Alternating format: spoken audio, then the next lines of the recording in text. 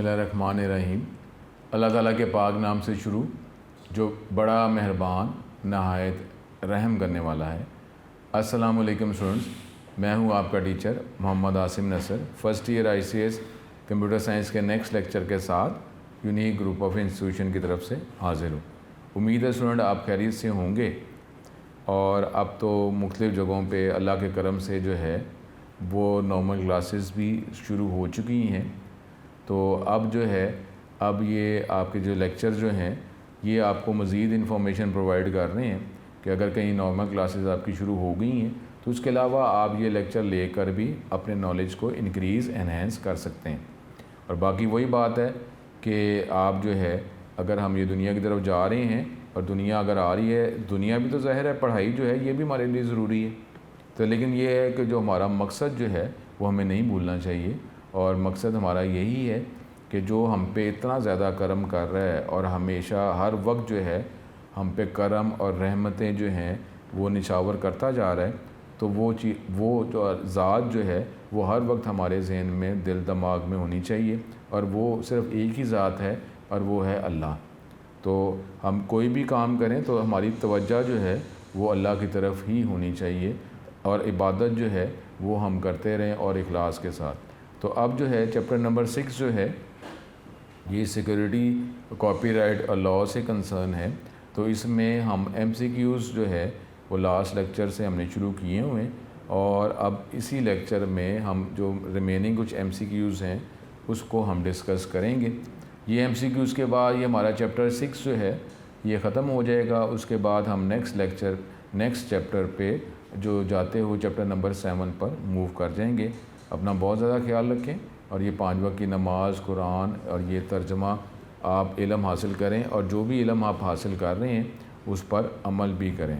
तो अपना लेक्चर जो है जो चैप्टर नंबर 6 के MCQs जो हैं उसको कंटिन्यू करते हैं। स्टूडेंट अगला जो है MCQ हम डिस्कस कर रहे हैं चैप्टर नंबर 6 के MCQs जो हैं ये MCQs अगर आपको कुछ ज़्यादा अगर प्रोवाइड किए जा रहे हैं तो उसका होता है कि नॉर्मली अगर इसी का नॉलेज आप ले लेते हैं तो अब इसी में से आ जाएगा ना MCQ। और अगर इतना नॉलेज आ गया तो इसी से रिलेटेड ही होगा। तो MCQs जो हैं मैंने आपको पहले ही कहा हुआ है कि कोई भी MCQ जिसमें आपको अगर सोचना पड़ा तो आप उस MCQ को आप टिक कर लें, ताकि जब भी आपने MCQ की तैयारी करनी है तो इस MCQ पे तवज्जो आप ज़रूर करेंगे। जो क्लियर है, जो फर्स्ट अटैम्प्ट में ही हमें पता चल गया, हमें सोचना ना पड़ा, तो उसको हम जस्ट रीड कर सकते हैं, तवज्जो करने की इतनी ज़रूरत नहीं है। अगला MCQ the method in which biological means जैसे fingerprinting, voice recognition is use to identify an authorise user और अनऑथराइज यूज़र्स से हम बचा सकें सिस्टम को। इस मेथड को क्या कहा जाता है कि जिस तरीके से आप फिंगर जो इमेज है वो कर रहे हैं, वॉइस रिकग्निशन, आई रेटिना भी हो सकता है। तो ये एक मेथड जो है कौन सा है, what you have, what you know, what you do या बायोमेट्रिक्स। ठीक है, तो ये जो है biological means of identification is called biometric. ठीक है, तो इससे कंसर्न है। तो हमारे पास ये ऑप्शन देकर हमें अंदाज़ा हो गया कि ये D ऑप्शन जो है यही करेक्ट आंसर है। अब ये वही देखें, मैंने आपको कह रहा हूँ कि ये डेफिनेशन के हवाले से MCQs भी अब आ रहे हैं। Biometric methods include fingerprinting, voice recognition, eye retinal recognition या ऑल ऑफ अबव। ठीक है, तो इसमें बायोलॉजिकल तरीके से आपके बायोलॉजिकल कैरेक्टरिस्टिक्स को यूज़ करते हुए ये प्रोवाइड किया जाता है कि आप ऑथराइज हैं या अनऑथराइज पर्सन को एक्सेस ना दी जाए, इससे बचाया जा सकता है। तो वो इसमें अगर देखा जाए इस MCQ में ये सारी ही ऑप्शंस जो हैं वो बायोमेट्रिक के अंडर ही आती हैं। तो ये D option all of above ही आंसर है। फिर है the measurement of fingerprints and retinal scans use for security is called, उसी से जो है, ठीक है, biometric, biochemistry, computer security, smart weapon machinery. तो हमारे पास इसका सही आंसर बायोमेट्रिक ही होगा। उसके बाद अगर हम चलते हैं, following is not a biometric method. अब ये भी जो MCQ है, जब तक इसकी ऑप्शंस हम रीड नहीं करेंगे तो ये इसका आंसर जो है वो हम नहीं दे सकते। अब ऐसा MCQ इसके लिए तो MCQs कि जो सारी ऑप्शंस हैं वो रीड करें। और MCQ जो है स्टूडेंट, इसमें MCQ में नॉर्मली आंसर गलत हो गया, उसका ताल्लुक सिर्फ ये होता है हमारे पास कि जो हम ओवर कॉन्फिडेंस है या स्पीड, और हम ऑप्शंस रीड नहीं कर रहे और फ़ौरन ही हम कह रहे हैं कि ये इसका आंसर है, तो ये लापरवाही ही इसका कई दफ़ा वजह बनती है। नॉर्मली MCQs जो हैं वो क्वेश्चन से हमें आंसर पता चल जाता है, ऑप्शन रीड करके पता चल सकता है, और जो हम नेगेटिव अटैम्प्ट करने का जो मेथड है क्रिटिकल वन, वो भी हमने बात की है कि अगर आपको पता नहीं है तो ऑप्शन जो है वो एक्सक्लूड करना शुरू कर दें कि ये ऑप्शन नहीं है, ये ऑप्शन नहीं हो सकती, तो कम से कम नंबर ऑफ ऑप्शंस तो कम हो जाएंगी ना। जब नंबर ऑफ ऑप्शंस कम हो जाएंगी तो अब अगर 4 ऑप्शंस थी तो 2 ऑप्शन आपने एक्सक्लूड कर दी, अब 2 ऑप्शन ही रह गई हैं, तो आप उसी पे तवज्जो करके आंसर तक पहुंच जाते हैं। तो अब ये फॉलोइंग कौन सा बायोमेट्रिक मेथड नहीं है, बैज, रेटिना, फेस और फिंगरप्रिंट, तो हमें बायोमेट्रिक का पता होना चाहिए कि बायोमेट्रिक किसे कहते हैं। अब ये टर्म अगर हमें इसका अंदाज़ा ही नहीं है तो डेफिनेटली हम आंसर जो है वो नहीं दे सकते, आंसर डिटेक्ट नहीं कर सकते। तो अब बायोलॉजिकल मींस यानी बायोलॉजिकली आप बता रहे हैं आप कि जो फिज़िकल कैरेक्टरिस्टिक्स, उसके ज़रिए आप अपनी एक्सेस ऑथराइज़ की जो है वो आप एक सबूत प्रोवाइड कर रहे हैं, बता रहे हैं। तो अब उसमें रेटिना, ये भी, इसका भी बायोलॉजिकल हमारे कैरेक्टरिस्टिक है, फेस बायोलॉजिकल कैरेक्टरिस्टिक है, और इस तरीके से फिंगरप्रिंट, ये सारे हमारे ये जो फिज़िकल खूबी है, फिज़िकल हमारे पास कैरेक्टरिस्टिक है, उससे हम ऑथराइज एक्सेस जो है वो कर सकते हैं। तो ये बायोमेट्रिक में बैज जो है वो बैज हमारी फ़िज़िकल कैरेक्टरिस्टिक्स नहीं है, तो ये हमारे पास ए ऑप्शन इसका सही आंसर होगा। Which of the following is the most devastating loss to a company. 13 में आया कि ये सबसे ज़्यादा जो डेंजरस जो है वो लॉस जिससे कंपनी जो है वो अफेक्ट हो जाती है, उसकी वर्किंग अफेक्ट हो जाती है, वो क्या है? Loss of hardware, loss of data, loss of RAM या लॉस ऑफ प्रिंट आउट्स। तो ये जो है इसमें देखें हार्डवेयर, अब आप ये कहेंगे जी हार्डवेयर जो है कोई हमारा कंपोनेंट, कोई डिवाइस ख़राब हो गया तो ये नुकसान सबसे ज़्यादा है। लॉस ऑफ डाटा, ये नुकसान सबसे ज़्यादा है। रैम जो है, मेमोरी जो है वो कंप्यूटर के अंदर जो इस्तेमाल की जाती है या किसी भी डिवाइस में इस्तेमाल की जाती है, अगर वो लॉस हो जाते हैं तो ये कंपनी के लिए सबसे बड़ा नुकसान है। या प्रिंट आउट जो हैं, कंप्यूटर प्रिंटर की मदद से जो आउटपुट हम गेट करते हैं या फ़ोटोकॉपियर से गेट करते हैं, तो अगर वो लॉस हो जाता है। अब आप ये देखें कि हार्डवेयर जो है, हार्डवेयर ज़ाहिर अगर लॉस है तो हार्डवेयर पर जो डेफिनेटली जो कॉस्टली हार्डवेयर है वो भी कंपनी के लिए लॉस ही है, लेकिन हम इसमें ऑप्शन में से मोस्ट अप्रोप्रिएट वन जो है उसको हम सेलेक्ट करेंगे। रैम भी हार्डवेयर है वो। अब प्रिंट आउट तो एक आउटपुट है, प्रिंट आउट अगर है, लेकिन अगर डाटा तक हमारी एक्सेस है तो प्रिंट आउट हम दोबारा ले सकते हैं, ठीक है। तो अब इसमें सारी चीज़ें, हार्डवेयर जो है वो भी अगर कॉस्टली है तो वो भी लॉस ही है, लेकिन प्रिंट आउट जो है इसको आप एक्सक्लूड कर देंगे, ठीक है। हम इनपुट से दोबारा जो है जो डाटा हमने सिस्टम के अंदर जो है स्टोर है, मौजूद है, उसे दोबारा आउटपुट गेट कर लेंगे। लेकिन अगर ये है हमारी डाटा तक एक्सेस ही नहीं है, एक दफ़ा प्रिंट आउट हो गया तो ज़ाहिर है ये भी लॉस है। लेकिन इसमें मेन चीज़ जो है वो लॉस ऑफ डाटा ही है, क्योंकि डाटा जो है वो सिस्टम के लिए ये फर्स्ट कंपोनेंट है। फिर डाटा को प्रोसेस किया जाता है तो फिर इंफॉर्मेशन बन जाती है। इंफॉर्मेशन जो है वो अब आप स्क्रीन पर देख लें, किसी डिवाइस के ज़रिए उसका प्रिंट आउट ले लें, आंसर ले लें, लेकिन सारों के लिए डाटा ही मेन है। तो कंपनी के लिए जो मोस्ट जो डिवास्टेटिंग लॉस जो है, सबसे ज़्यादा जो लॉस कंपनी को जो अल्लाह ना करे जो है वो फेस करना पड़ सकता है, वो अगर डाटा ही लॉस हो जाता है। तो इसमें हमारी बी ऑप्शन जो है यही इसका सही आंसर है।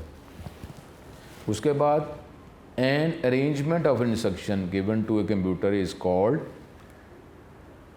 इंस्ट्रक्शंस तो हैं ही हैं लेकिन उसकी अरेंजमेंट भी, कि एक इंस्ट्रक्शन जो है जिस ऑर्डर में है, नंबर 1 ऑर्डर में कौन सी इंस्ट्रक्शन है, नंबर 2 में कौन सी होगी, सीक्वेंस भी इसके साथ ही है। इंस्ट्रक्शंस हैं और इसमें सीक्वेंस भी है, तो जो कंप्यूटर को प्रोवाइड किया जाता है कि ये इंस्ट्रक्शन और इसको इसी सीक्वेंस में परफॉर्म भी करना है। तो इसको क्या कहा जाता है अरेंजमेंट को? इसको प्रोसेसिंग कहा जाता है, प्रोग्राम कहा जाता है, मैनिपुलेटिंग डाटा कहा जाता है या इनपुटिंग डाटा कहा जाता है। क्या जो है ऐसी सिचुएशन जो है इसको क्या कहा जाता है? ठीक है, तो ये हमारे पास ये है प्रोग्राम। प्रोसेसिंग नहीं, मैनिपुलेटिंग नहीं, बल्कि प्रोग्राम किसे कहते हैं? Combination of different instructions in some sequence is called a program. तो इसका सही आंसर जो है बी ऑप्शन इसका सही आंसर है। अगला है कंप्यूटर वायरस इज़ सिंपली ए। अब ये भी जो हमारी मिसकंसेप्शन है उसको भी ये सॉल्व करता है। वायरस अगर हम बात करते हैं इन जनरल, अगर कंप्यूटर को इस्तेमाल नहीं करते तो ये बायोलॉजिकल वायरस है, यानी ये एयर में, एनवायरनमेंट में एग्जिस्ट करता है और ये ट्रैवल भी कर सकता है। लेकिन अब उसी से जो हम कंप्यूटर वायरस की बात करते हैं तो ये कोई बायोलॉजिकल वायरस नहीं है कि जो एनवायरनमेंट में एग्जिस्ट करता है, बल्कि ये कंप्यूटर के अंदर जो है कोई भी डिस्ट्रक्शन जो है, जो ओरिजिनल डाटा उस फॉर्म में नहीं है या अनऑथराइज्ड एक्सेस दे दी गई, अनऑथराइज्ड एक्सेस कर ली गई, डाटा जो है उसको डिलीट कर दिया गया, जो अनकंसर्न पर्सन है वहाँ तक डाटा प्रोवाइड कर दिया गया, तो ऐसी कोई भी प्रॉब्लम जो है उसको कंप्यूटर वायरस कहा जाता है। अब ये कंप्यूटर वायरस जो है वो नॉर्मली सिंपली क्या है, ये एक डिज़ीज़ की किस्म है जो हम बायोलॉजिकल बात कर रहे हैं। सेट ऑफ कंप्यूटर इंस्ट्रक्शंस हैं, ये डिफरेंट इंस्ट्रक्शंस और इसके कॉम्बिनेशन को ही वायरस कहा जाता है। बैक्टीरिया है, किसी बैक्टीरिया की किस्म है या ये कोई हार्डवेयर कंपोनेंट है। ठीक है, तो ये क्या है? तो ये मिसकंसेप्शन जो है वो भी क्लियर हो रही है कि वायरस क्या है। तो वायरस, अब ये अगर क्या हार्डवेयर की बात की जा रही है, बायोलॉजिकल कोई डिज़ीज़ है, बैक्टीरिया की टाइप है या इंस्ट्रक्शंस का सेट कम्बिनेशन, और वो डेफिनेटली उसमें सीक्वेंस भी है, तो क्या है? तो असल में वायरस जो है ये एक डिस्ट्रक्टिव प्रोग्राम या इंस्ट्रक्शंस का कम्बिनेशन ही है, उसको वायरस कहा जाता है। तो हमारे पास ये बी ऑप्शन जो है ये ही करेक्ट आंसर है। ये सीक्रेट कोड, मैंने आपको कह रहा हूँ कि ये कई दफ़ा डेफिनेशंस जो हैं वही MCQs में पूछी जा रही हैं, डेफिनेशन का हमें अंदाज़ा होगा। तो वो 4 ऑप्शंस के अंदर एक ऑप्शन जो है वो उसकी टर्म की जो है करेक्ट डेफिनेशन होगी, तो वो हमारा आंसर हो जाएगा। जैसे यहाँ पे a secret code consisting of words, numbers और कम्बिनेशन ऑफ बोथ, इसको क्या कहा जाता है कि जी वर्ड्स का कम्बिनेशन है, नंबर्स का कम्बिनेशन है, या दोनों ही चीज़ें, वर्ड्स भी, अल्फ़ाबेट्स भी प्रोवाइड करने हैं, नंबर्स भी प्रोवाइड कर रहे हैं, और ये एक सीक्रेट कोड है, ऑथराइज पर्सन के पास ही ये इसकी इंफॉर्मेशन है, वही सिस्टम को एक्सेस करने के लिए यूज़ कर रहा है, चाहे वो अल्फ़ाबेट्स यूज़ करे, नंबर यूज़ करे या इसका कम्बिनेशन यूज़ करे।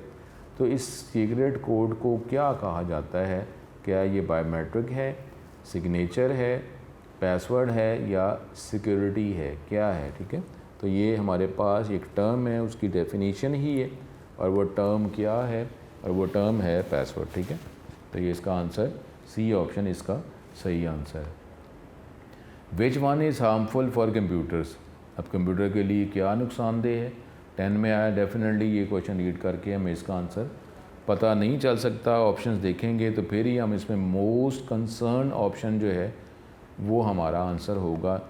क्या कंप्यूटर के लिए नुकसानदेह है? एंटीवायरस कंप्यूटर के लिए नुकसानदेह है, वायरस नुकसानदेह है, फ्रीवेयर नुकसानदेह है, शेयरवेयर नुकसानदेह है। डेफिनेटली इन सारी चीज़ों में एंटीवायरस जो है ये तो फ़ायदा ही देता है, इसमें कोई नुकसान नहीं है। फ्रीवेयर जो है जो हम डाउनलोड कर लेते हैं फ्रीवेयर, शेयरवेयर जिसको शेयर किया जा सकता है। अब ये हमारे पास क्या नुकसानदेह है? ज़ाहिर है कि अगर ये लाइसेंस नहीं है तो फिर मसले इनके भी हैं, लेकिन फिर भी इन जनरल मोस्ट जो है, जो इफ़ेक्टिव वन जो आंसर है, मोस्ट अप्रोप्रिएट जो आंसर है वो क्या है? आंसर इजी ही है और वो है वायरस। बी ऑप्शन हमारा सही आंसर है। अब वायरस जो प्रोग्राम है, क्योंकि एक सॉफ्टवेयर है, इज़ यूजुअली हिडन इन, कहाँ पे? नॉर्मली यूजुअली, यानी होने को तो कहीं पे भी हो सकता है, लेकिन ज़्यादातर जो है वायरस प्रोग्राम जो है कहाँ पर मौजूद होता है? ऑपरेटिंग सिस्टम में, एप्लीकेशन प्रोग्राम में, डिस्क ड्राइव में, ऑल ऑफ दीज। अब ये यहाँ पर कहाँ पर हो सकता है? ऑपरेटिंग सिस्टम में वायरस हो सकता है यूजुअली, एप्लीकेशन प्रोग्राम में हो सकता है, यूजुअली डिस्क ड्राइव में हो सकता है, या ऑल ऑफ दीज। तो इसका आंसर डी कहीं पे भी हो सकता है, ऑपरेटिंग सिस्टम में भी हो सकता है। हम डायरेक्टली हम मोस्ट अप्रोप्रिएट ये तो नहीं कहेंगे ना कि ऑपरेटिंग सिस्टम में ही नॉर्मली जो है वायरस होता है, या एप्लीकेशन प्रोग्राम में ही नॉर्मली वायरस होता है, या डिस्क के अंदर ही वायरस होता है, यानी हार्डवेयर वाइज, या ऑल ऑफ दीज। तो इसका आंसर जो है कहीं पे भी वायरस हो सकता है। तो इसका आंसर जो है डी ऑप्शन ही हमारा सही आंसर है। विच of the following statement is not correct. अब ये ऑप्शन देखेंगे तो हमें पता चलेगा। Virus attaches itself with other executable file. क्या वायरस जो है एग्जीक्यूटेबल फाइल के साथ अटैच हो जाता है? वायरस यूजुअली डिलीट्स और चेंजेस डाटा को डिलीट कर देता है या चेंज कर देता है। Virus can destroy hardware. Virus जो है हार्डवेयर को ही डिस्ट्रॉय कर देता है, ठीक है, या नन ऑफ दीज में से कुछ भी नहीं है। तो अब जो है हमारे पास यही हमने बात की थी, मिसकंसेप्शन भी ये थी कि नॉर्मली जो है, और ज़्यादातर यही माइंड में रखें कि वायरस जो है एक सॉफ्टवेयर है, ठीक है। एडवांस जो लेवल की बात करें वो और बात है, लेकिन नॉर्मली जो वायरस जो है एक सॉफ्टवेयर है, ये इसकी मदद से हार्डवेयर जो है वो अफेक्ट नहीं होता। तो ये वायरस कैन डिस्ट्रॉय हार्डवेयर के, जिसकी वायरस अगर आ जाता है, एक प्रोग्राम है जिसकी वजह से हमारा कोई कंपोनेंट जो है वही वर्क करना छोड़ दे या प्रॉपर आंसर देना ही छोड़ दे, तो नॉर्मली ऐसा नहीं है। तो ये हमारे पास सी ऑप्शन जो है वायरस कैन डिस्ट्रॉय हार्डवेयर, ये ऐसा सही नहीं है। वायरस एग्जीक्यूटेबल फाइल के साथ अटैच हो सकता है, डाटा को डिलीट या चेंज मॉडिफाई कर सकता है, और इसमें नॉन ऑफ दीज इसमें से कुछ भी नहीं है, तो ये ऐसा नहीं है। तो ये हमारे पास सी ऑप्शन इसका सही आंसर है। Virus entered the computer. किस वजह से वायरस आ सकता है हमारे कंप्यूटर में? मोस्ट अप्रोप्रिएट ईमेल के ज़रिए आ सकता है, नेटवर्क के ज़रिए आ सकता है, किसी जो एक्सटर्नल डिवाइस, रिमूवेबल मीडिया जो है, जो पोर्टेबल है, जिसको डिटैच किया जा सकता है, उसकी मदद से वायरस आ सकता है, उसकी वजह से वायरस आ सकता है, या ऑल ऑफ दीज। तो ये जो हमने कॉजेज़ ऑफ वायरस की बात की थी, टॉपिक जो पढ़ा था, तो किसी भी वजह से वायरस जो है वो हमारे कंप्यूटर को अफेक्ट कर सकता है। तो इसमें D option all of above, all of these, यही आंसर इसका सही है। किसी भी वजह से वायरस आ सकता है। How does a virus enters from one computer to another. एक कंप्यूटर से दूसरे कंप्यूटर में वायरस जो है कैसे जा सकता है? बायोलॉजिकल वायरस नहीं, एनवायरनमेंट जो एयर में एग्जिस्ट नहीं करता, एक सॉफ्टवेयर ही है कि अगर हम डाटा एक्सचेंज करते हैं तो डाटा वायरस एक कंप्यूटर से दूसरे कंप्यूटर में जा सकता है। एक्सचेंज ऑफ डिस्प्ले स्क्रीन अगर आप चेंज कर रहे हैं, डिस्प्ले स्क्रीन ही चेंज करने से वायरस एक कंप्यूटर से दूसरे कंप्यूटर में चला गया। या एक्सचेंज ऑफ कीबोर्ड आपने एक्सचेंज किया, कीबोर्ड आप कहीं यूज़ कर रहे थे और वो कीबोर्ड जो है किसी और कंप्यूटर में अटैच किया, और उसका कीबोर्ड जो है आप अगर यूज़ कर रहे हैं तो उसकी वजह से वायरस जो है वो जा सकता है।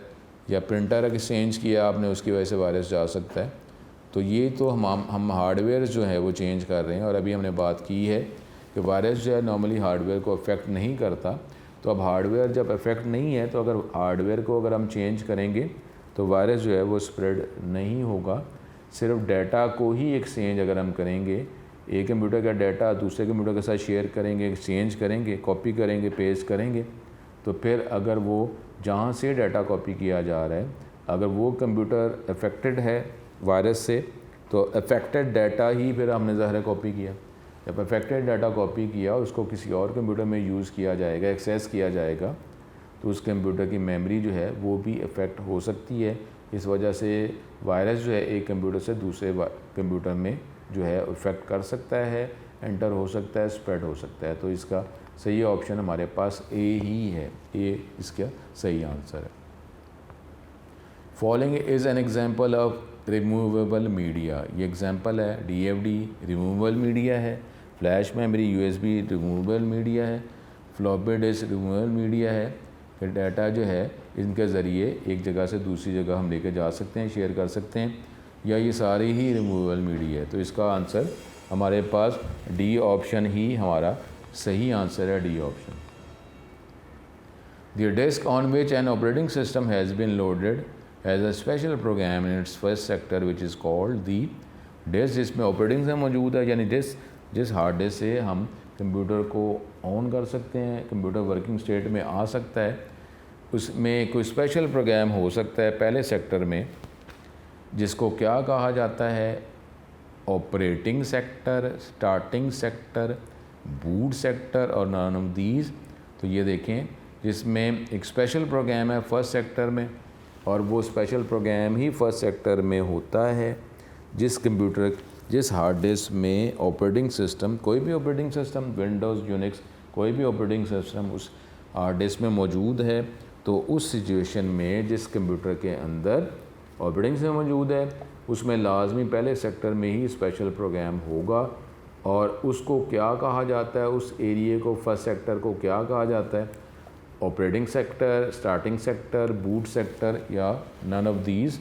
तो इसका सही आंसर है कि उसको बूट सेक्टर कहा जाता है, क्योंकि वो स्पेशल प्रोग्राम है पहले सेक्टर में और फर्स्ट सेक्टर को लाजमी रीड किया जाता है ताकि इससे कंप्यूटर जो है वो अपनी वर्किंग स्टेट में आता है।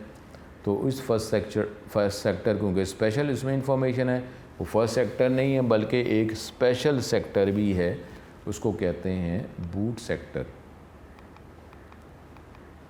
When a computer is turned on, the program in the boot sector of the hard disk is automatically loaded into the, जब कंप्यूटर को ऑन किया जाता है तो वो जो बूट सेक्टर, स्पेशल सेक्टर जो हार्ड डिस्क का है, उसके अंदर जो भी इंफॉर्मेशन डाटा मौजूद है वो ऑटोमेटिकली उसको लोड करना ही करना है।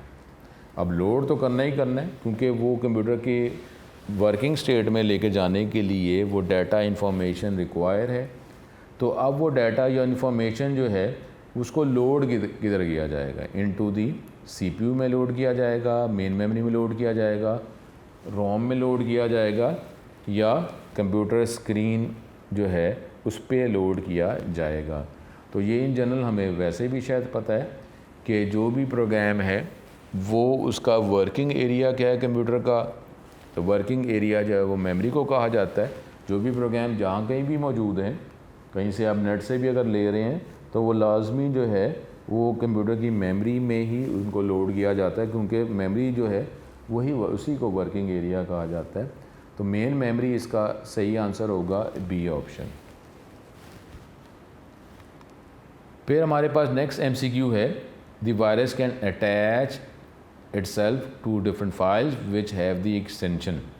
वो मुख्तलिफ फाइल्स के साथ वायरस अटैच हो सकता है जिसकी ये एक्सटेंशन हो सकती हैं नॉर्मली, और वो क्या है, .exe, .dll, .com या एनी ऑफ दीज। नॉर्मली जो वायरस जो है वो किस तरह की फ़ाइलों के साथ अटैच हो सकता है, executable file, exe, DLL dynamic link library या कॉम फाइल्स, ठीक है, उसके साथ वो लिंक ज़्यादातर नॉर्मली होता है, या तीनों तरह के एनी ऑफ दीज कोई भी हो सकता है। तो ये सारी ही एग्जीक्यूटेबल फाइल हैं, डायरेक्टली एग्जीक्यूट होती हैं या इनडायरेक्टली इनको एग्जीक्यूट किया जाता है। तो ये सारी फाइल जो हैं ये एग्जीक्यूटेबल फाइल की कैटेगरी में ही आती हैं। तो इसका आंसर जो है डी ऑप्शन इसका सही आंसर है, any of these. Which of the following is the name of virus. ये फॉलोइंग ऑप्शन जो अगर हमें वायरस के नाम पता हैं तो इसका आंसर हम डिटेक्ट कर सकते हैं, लेकिन इसके लिए भी पहले जो है हमें ऑप्शंस ही देखनी पड़ेंगी। फॉलोइंग कौन सा एक वायरस का नाम है, ट्रोजन हॉर्स वायरस का नाम है, रेड लॉफ्ट वायरस का नाम है, बूट सेक्टर वायरस का नाम है, या ऑल ऑफ दी, ये सारे ही वायरस के नाम हैं। तो उसमें हमें वायरस के नाम हमें पता है, टाइप्स ऑफ वायरस हमें पता है, नाम का पता है, तो इसका आंसर जो है वो फ़ौरन ही हम जो है वो हम दे सकेंगे और दे दिया होगा हमने। और वो क्या है, बूट सेक्टर, ये किसी वायरस का नाम नहीं है, ठीक है।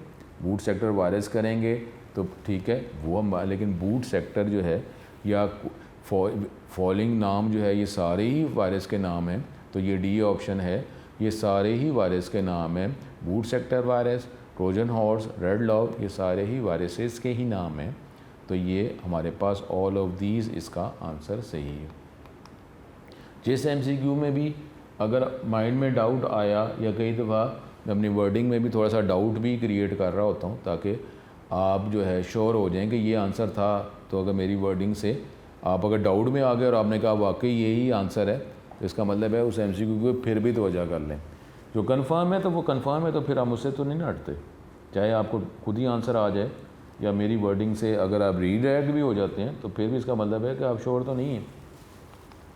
Which one is not a virus, ये 9 में 13 में आया। ट्रोजन हॉर्स वायरस नहीं है, लॉजिक बॉम्ब वायरस नहीं है, मैकाफे जो है वो वायरस नहीं है, रेड लॉव जो है वायरस नहीं है। तो हमें वायरस के नाम हमें पता है जो हमारे टेक्स्ट बुक के हवाले से है, तो हम इसमें आंसर डिटेक्ट कर सकते हैं कि 4 ऑप्शन में से कौन सा ऐसा है नाम जो वायरस का नाम नहीं है। अब ये अगर ये ट्रोजन हॉर्स में पता है वायरस है, लॉजिक बॉम्ब वायरस है, रेड लॉव वायरस है, तो हमें मेरा हल पता होगा। मैकाफे जो है ये तो कंपनी और ये एंटीवायरस जो है वो बनाती है, तो मैकाफे एंटीवायरस है। तो ये सी ऑप्शन जो है ये हमारा आंसर है। देख लें अगर 9-13 में आया तो मेरा नहीं ख्याल कि ये इतना ज़्यादा मुश्किल है। अगर हमें डायरेक्टली क्वेश्चन से पता चल रहा है तो ये तो सबसे अच्छी बात है, लेकिन अगर ऑप्शन से भी पता चल जाता है तो ठीक है, फिर भी हमारे आंसर तो पता चल गया ना। Which of the following virus deletes all Microsoft office files and partition information from the disk. ये कौन सा फॉलोइंग जो वायरस है जो माइक्रोसॉफ्ट ऑफिस से रिलेटेड जो फाइलों को डिलीट कर देता है, या पार्टीशन इंफॉर्मेशन यानी वो जो C drive, D drive, E drive, ये सारी इंफॉर्मेशन डिलीट कर देता है। हम अपने कंप्यूटर सिस्टम को यूज़ ही नहीं कर सकते, डाटा को एक्सेस ही नहीं कर सकते। तो ये 16 में आया, उसको क्या कहा जाता है? Trojan horse, boot sector, Chernobyl या रेड लॉव। ठीक है, तो अगर हमें वायरस के नाम पता है और उसकी डिटेल अगर हमें पता है तो ये फ़ौरन ही हम आंसर जो है इसका दे सके होंगे कि ये हमारे पास जो है ये सी ऑप्शन चेरनोबिल वायरस ऐसा डेंजरस वायरस है। चेरनोबिल ये एटॉमिक रिएक्टर है, नॉर्मली डिस्ट्रक्शन है, तो ये जो अगर वायरस आ जाता है तो टोटली डिस्ट्रक्शन है।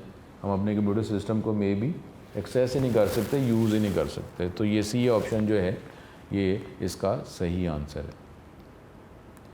एक virus that is set to go off at a certain date and time, इसको क्या कहा जाता है? कौन सा वायरस है जो सर्टेन जो डेट जो है जिसके साथ वो अटैच है, टाइम के साथ अटैच है, जैसे ही वो डेट या टाइम जो है वो आ जाएगा कंप्यूटर में तो ये वायरस जो है ये एक प्रोग्राम है। ये नहीं कि उस डेट पे वो टाइम अगर आ जाता है तो वायरस जो है वो एक सॉफ्टवेयर है, उसने इफेक्ट करना ही करना है। अगर मौजूद है वायरस, क्या है? एक डिस्ट्रक्टिव प्रोग्राम है।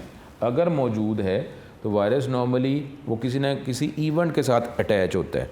जब वो इवेंट अकर होगा तो फिर जो वायरस अगर सॉफ्टवेयर एक है कंप्यूटर में मौजूद है या उस जगह को एक्सेस करें जहाँ पे वायरस प्रोग्राम मौजूद है तो फिर एक्टिवेट होगा। आप क्लिक करें, आपके क्लिक करने से एक्टिवेट हो गया, या कोई भी जो इवेंट जो है वो अगर इवेंट हो गया, सिचुएशन आ गई तो वो एक्टिवेट हो जाएगा, यानी एग्जीक्यूट हो जाएगा, वो मेमोरी में लोड हो जाएगा और फिर आगे वो डिस्ट्रक्टिव एक्शंस जो है वो परफॉर्म करना शुरू कर देगा। अब ये जो वायरस है ये आपके किसी इवेंट के साथ अटैच नहीं है, बल्कि सिस्टम के किसी एक सिचुएशन के साथ अटैच है। वो है कोई सर्टेन डेट या टाइम। जैसे ही वो डेट या टाइम आएगी तो ये वायरस अगर सॉफ्टवेयर कंप्यूटर में मौजूद है तो एक्टिवेट हो जाएगा, मेमोरी में लोड हो जाएगा और डिस्ट्रक्टिव एक्शन परफॉर्म करेगा। इसको क्या कहते हैं? Logic bomb, Trojan horse, red low या बूट सेक्टर। तो ये लॉजिक बॉम्ब इसका सही आंसर है। इसको कई दफ़ा टाइम वायरस, डेट वायरस भी कहा जाता है कि जैसे ही वो डेट या टाइम सिचुएशन होगी, वो डेट आ गई कंप्यूटर में, टाइम आ गया, तो ये वायरस जो है अगर सॉफ्टवेयर मौजूद है तो ये एक्टिवेट हो जाएगा और डिस्ट्रक्टिव एक्शन परफॉर्म करेगा। नेक्स्ट है virus date replicates itself is called, 8 में 15 में आया, उसको बग कहा जाता है, वॉर्म कहा जाता है, वैक्सीन कहा जाता है या बॉम्ब कहा जाता है, जो ऑटोमेटिकली कॉपीज़ अपनी बनाना शुरू कर देता है। उसको क्या कहते हैं? Bug, worm, vaccine. तो ये प्रोटेक्शन के लिए, बॉम्ब तो हम जो है फ़िज़िकल बात कर रहे हैं, जिसे फ़िज़िकली जो है वो हम इफ़ेक्ट होते हैं या एनवायरनमेंट इफ़ेक्ट होता है। तो इसमें हमारे पास बी ऑप्शन वॉर्म है कि जो अपने आप को रेप्लिकेट करता रहता है, कॉपीज़ बनाता रहता है और इस तरीके से मज़ीद कंप्यूटर में स्प्रेड होता जाता है, कंप्यूटर को अफेक्ट कर रहा है या रिस्पॉन्स जो है कंप्यूटर का स्लो होता जा रहा है। Following virus locates this folder .html and infect से लोकेट करता है। फॉलोइंग वायरस लोकेट्स folders.html, उसको लोकेट करेगा और इसको इन्फेक्ट कर देगा। वो क्या है जी? Trojan horse, Chernobyl, red laugh या लॉजिक बॉम्ब। ठीक है, इस पर अगर आपको सोचना पड़ा तो आप टिक कर लें। ट्रोजन हॉर्स जो है वो क्या है, चेरनोबिल क्या है, रेड लॉफ क्या है, लॉजिक बॉम्ब क्या है। तो अगर तो इन सारे वायरसेस की इंफॉर्मेशन, डाटा, डिस्क्रिप्शन हमें पता है तो फिर ही हम इसका आंसर प्रोवाइड कर सकते हैं कि ये फॉलोइंग वायरस जो है ये फोल्डर HTTP को लोकेट करता है और उसको इन्फेक्ट करता है। तो ये हमारे पास C option red laugh virus है कि जो ये माइक्रोसॉफ्ट का जो एक्टिव डेस्कटॉप फीचर है, जैसे जो आप फोल्डर को आप किसी सेटिंग के अकॉर्डिंगली देखना चाहते हैं तो ये एक फ़ाइल होती है फोल्डर HTTP, उसमें ये सारी सेटिंग सेव हो जाती है। जब भी फोल्डर को आप ओपन करना चाहेंगे तो इस फाइल को रीड की जाएगी, इसकी इन्फॉर्मेशन को रीड किया जाएगा, उसके अकॉर्डिंगली फ़ोल्डर को दिखाया जाएगा। तो ये इस फाइल को ही इफ़ेक्ट कर देता है। तो जब भी आपने फ़ोल्डर तो ज़ाहिर है सेटिंग वाली फ़ाइल के अकॉर्डिंगली देखेंगे, अब दिखाया जाएगा, लेकिन अब वो ये वायरस इसके साथ अटैच है तो ये जैसे ही आपने फ़ोल्डर ओपन किया तो ये वायरस एक्टिवेट हो जाएगा, डिस्ट्रक्टिव एक्शन परफॉर्म करना शुरू कर देगा। हमने तो सिर्फ फ़ोल्डर ओपन तो करना ही करना है ना, तो इस सिस्टम इस फाइल को रीड करेगा। तो वायरस भी फ़ोल्डर ओपन करने से ही वायरस जो है वो मेमोरी में आ जाता है और आगे कंप्यूटर में स्प्रेड होना शुरू हो जाता है। विच of the following is a polymorphic virus. Polymorphic का मतलब है कि जिसके एक्शंस डिफरेंट हैं, जिसके इफ़ेक्ट्स डिफरेंट है, तो हम जो है वो डिटेक्ट नहीं कर सकते, क्योंकि नॉर्मली कोई भी डिज़ीज़ जो है वो उसके इफ़ेक्ट से पता चलता है कि ये डिज़ीज़ है। लेकिन अब उसके अगर रिस्पॉन्सेस डिफरेंट है तो ऐसी डिज़ीज़ को भी डिटेक्ट करना मुश्किल है। इसी तरीके से कोई एक वायरस जिसके इफ़ेक्ट्स जो हैं डिफरेंट हैं, उस वायरस को भी डिटेक्ट करना मुश्किल होता है। तो ये कौन सा जो वायरस है जिसको पॉलीमॉर्फिक वायरस भी कहा जाता है, boot sector, Chernobyl, red loaf, none of these. तो अभी भी आपको इन तीनों वायरसेस के जो नाम हैं, इसका अगर आपको पता होगा तो फिर ही इसका आंसर डिटेक्ट कर सकते हैं। और ये रेड लॉफ जो है इसी को पॉलीमॉर्फिक वायरस कहा जाता है। ठीक है, यहाँ से हमारे पास जो है MCQ, folder.htt is a part of. तो ये हमारे पास जो है ये किसका पार्ट है,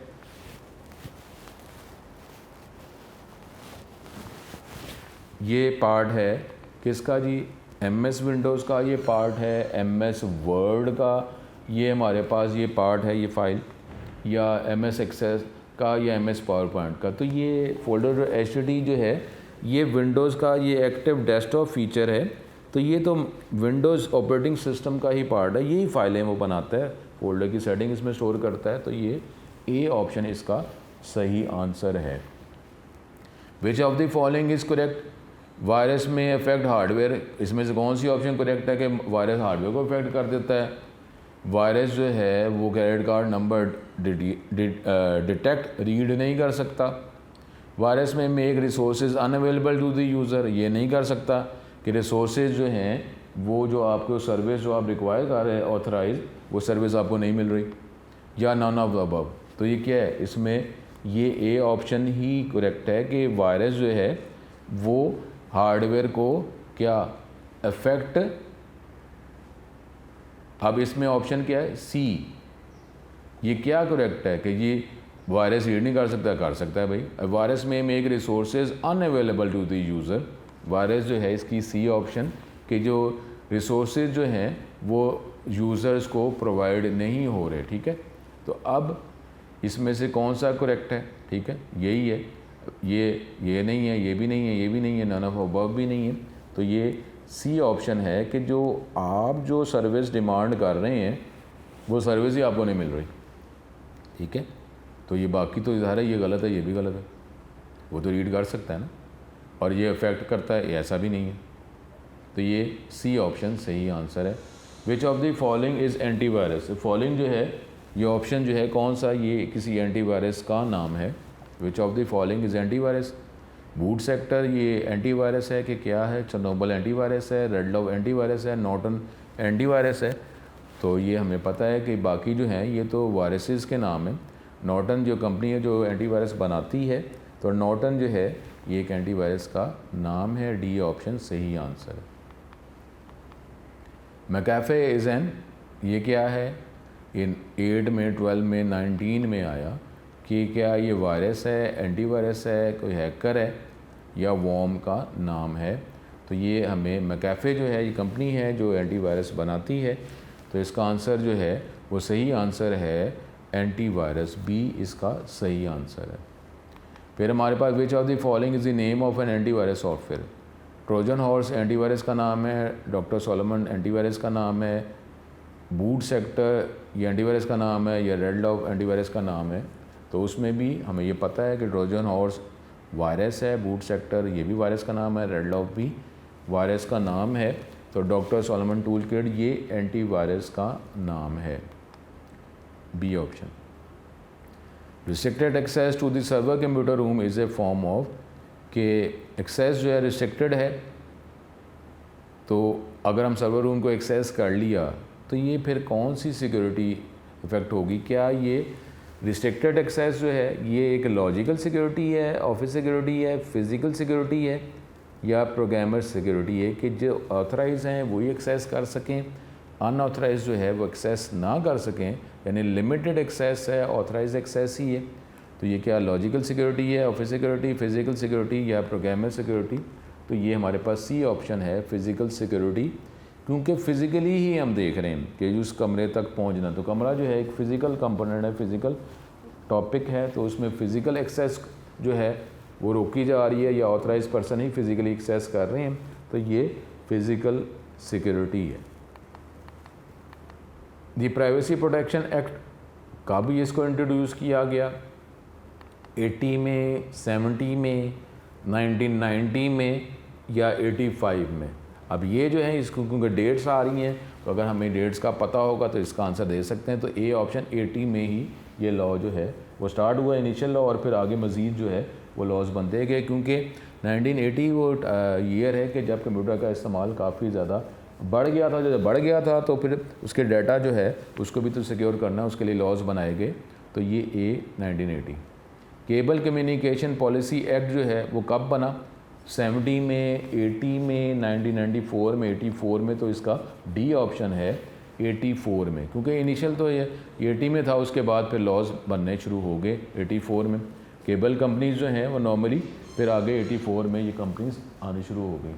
तो यहाँ पे जो है ये एक आखिरी ऑप्शन आज के लिए, the act which made to protect person from unauthorised use, disclosure और personal information stored in computer system. वो क्या है, प्राइवेसी प्रोटेक्शन एक्ट है, केबल कम्युनिकेशन पॉलिसी एक्ट है, डाटा प्रोटेक्शन एक्ट है।